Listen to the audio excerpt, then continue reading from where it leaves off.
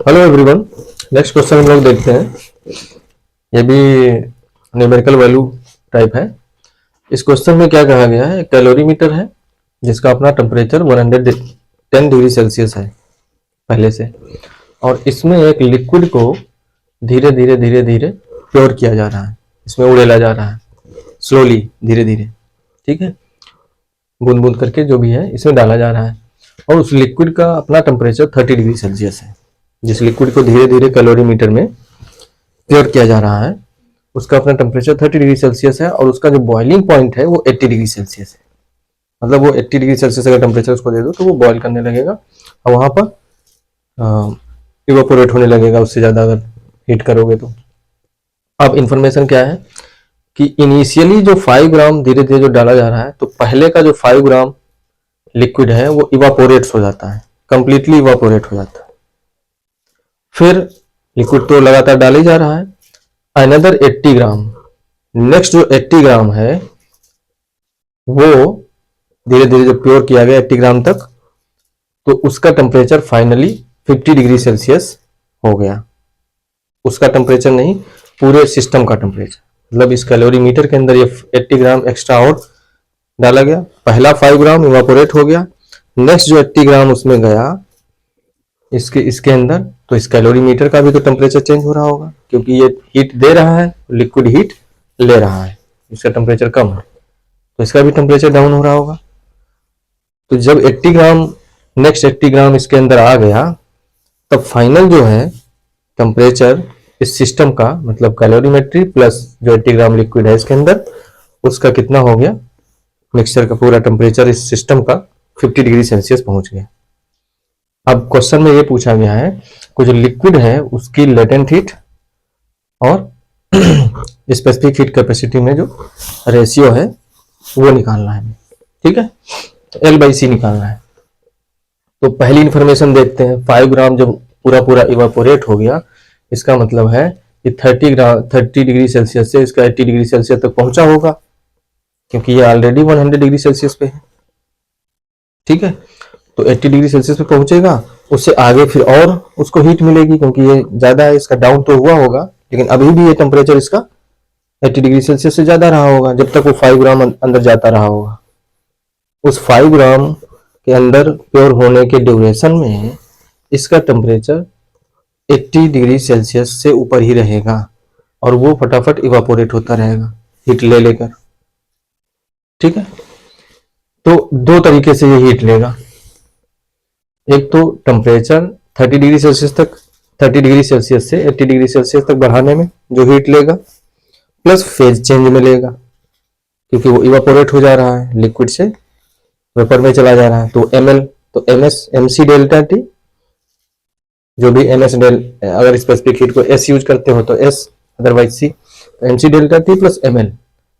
5 ग्राम, पहले 5 ग्राम लिक्विड ने इतनी हीट ली और जो इवापोरेट हो गया वो अच्छा, जैसे ही 5 ग्राम लिक्विड इवापोरेट हो चुका है, पहला 5 ग्राम, तो इसका टेम्परेचर कितना जा चुका होगा। अब आगे इवापोरेशन नहीं हो रहा है, आगे टेम्परेचर भी डाउन होते जा रहा है। इसका मतलब है पहले 5 ग्राम जब इसमें गया, उस ड्यूरेशन में इसका टेम्परेचर 80 डिग्री सेल्सियस पहुंच चुका है।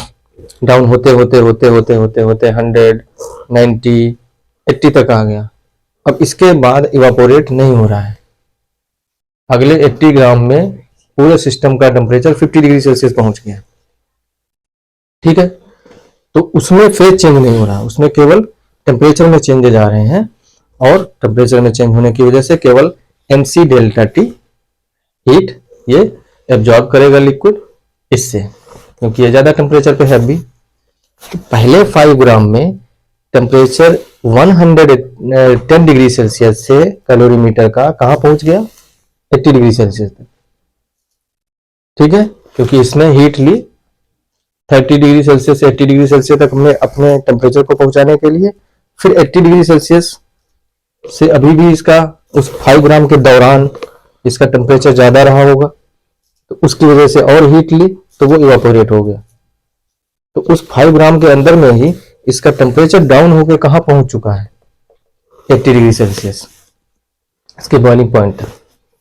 अब वो नीचे जाएगा, तो नीचे जाएगा तो अब इसको इवापोरेट तो नहीं कर पाएगा, बट टेम्परेचर इसका 30 डिग्री सेल्सियस अभी भी वो इंक्रीज कराता रहेगा कहाँ तक पहुंचा देगा, 50 डिग्री सेल्सियस तक। तो इसमें केवल टेम्परेचर चेंज हो रहा है, तो टेम्परेचर चेंज में केवल mc डेल्टा टी एनर्जी जाती है, और अगर फेज भी चेंज हो रहा है जो कि पहले केस में हो रहा है तो ml भी हीट लेगा। तो पहले केस में 2 हीट ले रहा है वो लिक्विड इस कैलोरीमीटर से, और दूसरे केस में केवल टेम्परेचर चेंज में ले रहा है mc डेल्टा टी। तो mc delta T plus ml, और इसके हीट जो भी लिया उसके बराबर कर दो। इसमें जो दिया है heat given bye calorimeter, heat taken by the liquid पहले केस में, दूसरे केस में भी heat given by the calorimeter, heat taken by the liquid. ठीक है, तो ये अपना कैलोरीमीटर का क्वेश्चन हो गया, कैलोरीमेट्री का।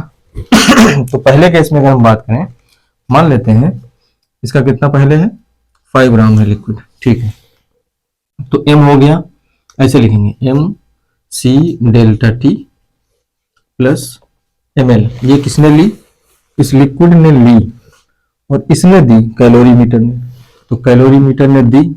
अच्छा, ये L किसकी मैं यूज कर रहा हूँ, लेटेंट हीट लिक्विड की, ये C किसकी यूज कर रहा हूँ, लिक्विड की, क्योंकि heat taken by the liquid is equal to heat given by the calorimeter.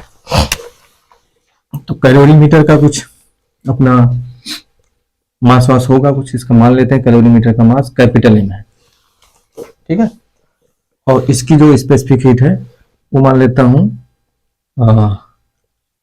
S है, ठीक है, ms, और डेल्टा टी ये टेम्परेचर हो गया। ठीक, तो पहले 5 ग्राम में टेम्परेचर कहां से कहां तक पहुंचेगा, 30 से 80, और उसमें इवेपोरेट हो जाएगा। 5 ग्राम आएगा, हीट लेकर के चला जाएगा, इसका टेम्परेचर डाउन होकर कहां पहुंच जाएगा, 80। ये है, यही समझने वाली बात है यहाँ पे, बस थोड़ा सा घुमाया गया। तो ये पहली क्वेश्चन हो गई पहले 5 ग्राम के लिए। अनदर 80 ग्राम के लिए क्या होगा, फिर से लिखेंगे मास। अब यहाँ पर अब देखो, इसको पहले कंप्लीट कर लेते हैं। पहले वाले में कितना 5 ग्राम था, तो 5 लिखेंगे यहाँ, 5c, और डेल्टा टी कितना हो गया, डेल्टा टी टेम्परेचर में चेंज हो गया 50 का, तो यहाँ पर 50 लिखिएगा, ठीक है, क्योंकि 30 से 80 डिग्री जाएगा, फिर 80 से वो इवापोरेट हो जाएगा। तो चेंज इन टेम्परेचर तो 50 डिग्री हुआ, 80 माइनस 30, तो डेल्टा टी हो गया, प्लस m तो वही है 5 ग्राम, और L is equals to ms delta T यहाँ भी कितना होगा, कैलोरीमीटर का भी टेम्परेचर कहां से कहां पहुंचा, 100 से लेकर के 80 पहुंच गया, तो चेंज कितना आया, 30 डिग्री का। देखिए, इसने दी हीट, इसका टेम्परेचर 110 था, इस लिक्विड पहले 5 ग्राम ने हीट ली, यहां से टेम्परेचर कहां पहुंच गया इसका, 80 डिग्री सेल्सियस। तो चेंज इन टेम्परेचर कितना हुआ, चेंज इन टेम्परेचर हमेशा हम पॉजिटिव रखेंगे, हायर से लोअर को माइनस कर देंगे, तो 110 में से 80 गया, 30 आ गया, ठीक है। ये पहली क्वेश्चन हो गई। अनदर 80 ग्राम के लिए क्या लिखेंगे, फिर से लिखेंगे वही mc डेल्टा टी। अब यहाँ फेज में कोई चेंज हो नहीं रहा, और यहाँ पर ये दे रहा है, तो ms डेल्टा टी, ये s किसका है, कैलोरीमीटर का, मास किसका है, कैलोरीमीटर का, डेल्टा टी अब अलग होगा अगले केस में।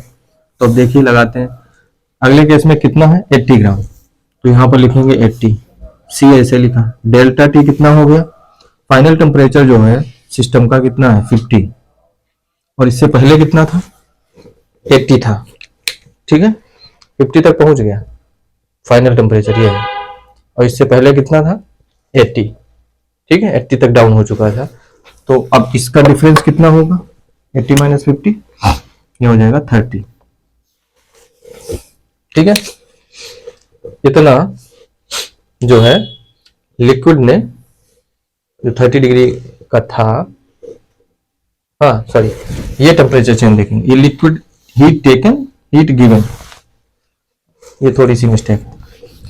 ये अगले 80 ग्राम के लिए जब हम लिखेंगे तो heat taken by the liquid, liquid है कितने डिग्री सेल्सियस का 30 डिग्री सेल्सियस का। तो नेक्स्ट 80 ग्राम जब इसमें आएगा तो उसके टेम्परेचर में चेंज कितना आएगा, 30 डिग्री का तो यही है, और कैलोरीमीटर कहां तक पहुंच चुका था, 80 डिग्री सेल्सियस तक, ठीक है।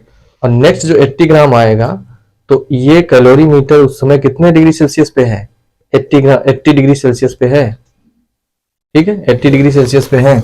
और ये नेक्स्ट 80 ग्राम जब इसमें आएगा तो वो कितना टेम्परेचर पहुंच चुका है, 50 डिग्री सेल्सियस कैलोरीमीटर का। और इसका भी 50 डिग्री सेल्सियस पहुंच चुका है, लिक्विड का भी, क्योंकि टोटल सिस्टम का कितना है 50 डिग्री सेल्सियस। ओके, तो ये ध्यान देना है। तो m तो हो गया 80, c ऐसे रहा, डेल्टा t कितना हुआ, 30 डिग्री सेल्सियस का लिक्विड था, पहुंच कहां गया 50, तो दोनों में चेंज कितना आया, 50 माइनस 30, ये 20 हो गया, इज इक्वल्स टू यहाँ पर mass of calorimeter, S of calorimeter specific heat capacity into calorimeter के टेम्परेचर में कितना चेंज आया, 5 ग्राम जब ड्रॉप किया जा चुका था तब इसमें कितना इसका पहुंच चुका था 80 डिग्री सेल्सियस। अब कैलोरीमीटर कहाँ पहुंच गया, वो भी 50 डिग्री सेल्सियस पहुंच गया, तो इन दोनों का जो चेंज आएगा 80 माइनस 50, ये 30 हो जाएगा। तो ये एक इक्वेशन ये सिंपल।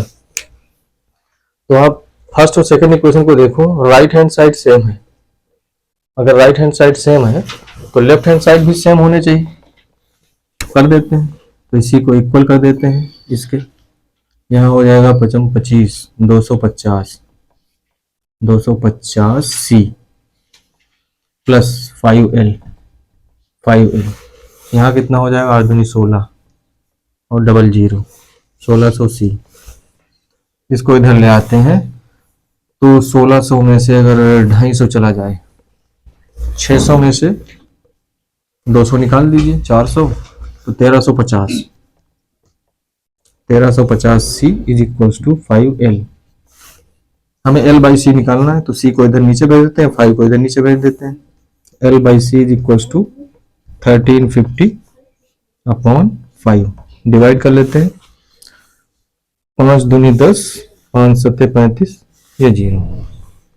तो L बाई सी की वैल्यू ये आ गई, ठीक है। अब L बाई सी की यूनिट क्या होगी वो आप देख सकते हो, L की यूनिट क्या होती है, जूल पर